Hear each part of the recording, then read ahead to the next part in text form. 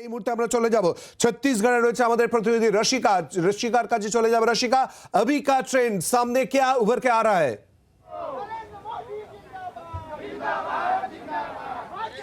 देखिए, मैं आपको तस्वीरें दिखा देती हूँ, उससे आप स्थिति समझ जाएंगे। रुझान लगातार आ रहे हैं और रुझान के मुताबिक बीजेपी अभी 51 सीटों में आगे चल रही है, तो कांग्रेस 37 सीटों में आगे चल रही है, यानी बीजेपी 51 सीटों के साथ लीड करती हुई अभी रुझानों में नजर आ रही है।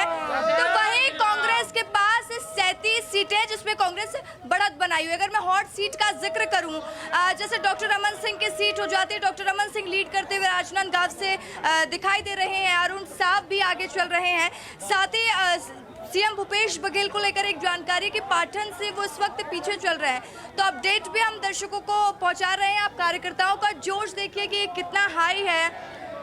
भारतीय जनता पार्टी, आप लोग पूरी तैयारी के साथ अंदर की जानकारी मेरे साथ रायपुर जिले की 7 सीट में लीड कर रहे हैं। रायपुर के 7 सीटों में बीजेपी आ रही है, क्योंकि पिछले टाइम तो किसी कारणवश कांग्रेस आ गई थी, लेकिन इस किसी कारणवश नहीं, एंटी इनकम्बेंसी थी। हाँ जी, लेकिन क्या है, इस बार तो जनता, जो रायपुर की जनता नाराज है कांग्रेस से, इस वजह से बीजेपी आने वाली है। अभी तो रुझान ही आ रहे हैं, अभी तो रुझान तो आते रहेगा, लेकिन हमारा मानना है कि बीजेपी आने वाली है। और छत्तीसगढ़ में तो मेरे को ऐसा लग रहा है कि अभी तो खैर काउंटिंग चल रही है, मतगणना हो रही है, उसके बाद फिर आगे पता चलेगा कि क्या आने वाली है। हाँ।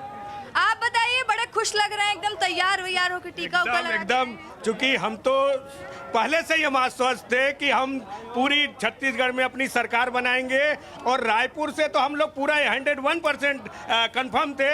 भले ही मीडिया या कुछ लोगों ने अपनी भ्रामक, मीडिया ने थोड़ी अपने से कह दिया था, सर्वे के आधार पर कहा था। नहीं, उन्होंने भी दिया था कि नहीं, हम लोग कुछ सीटें लूज कर रहे हैं, लेकिन ये हम लोगों का आत्मविश्वास, मेरे कार्यकर्ताओं का मनोबल और उन्होंने जो दिन रात मेहनत किया, उसका ये परिणाम है कि आज हम रायपुर की 7 सीटें जीत रहे हैं। देखिए, इस वक्त का एक और बड़ा अपडेट आपको दे देती हूँ। पूर्व मुख्यमंत्री डॉक्टर रमन सिंह राजनांदगांव से 13,000 से ज्यादा वोटों से लीड करते दिखाई दे रहे हैं, आगे चल रहे हैं। तो लगातार बीजेपी कई सीटों में आगे चल रही है। कई दिग्गजों की किस्मत ईवीएम में कैद है। अगर कांग्रेस के हम दिग्गजों की बात करें, जैसे कि ताम्रध्वज साहू जो गृह मंत्री रहे अभी कांग्रेस के कार्यकाल में, वो पीछे दिखाई दे रहे हैं। और साथ ही अगर हम साझा की बात करते हैं, वहां से रविंद्र चौबे भी पीछे दिखाई दे रहे हैं। तो लगातार जो स्थिति है वो कांग्रेस की चिंता बढ़ाते हुए रुझान नजर आ रहे हैं, तो यही दिखाई दे रही है।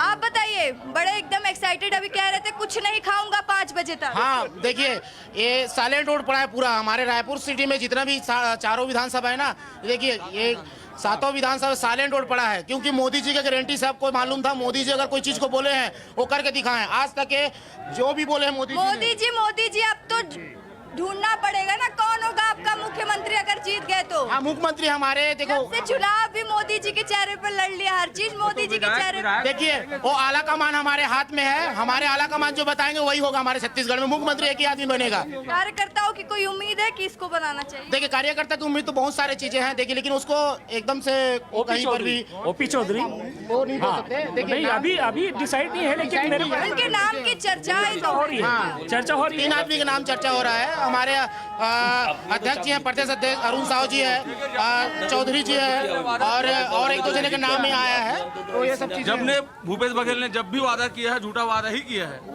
अरे अब तो जीत रहे, कटाक्ष करना छोड़ दीजिए, खुशियाँ मनाइए। खुशियाँ मनाएंगे ना हम, जब रिजल्ट आएगा उसके बाद हम खुशियाँ मनाएंगे। भूपेश बघेल को हम भगाना ही है।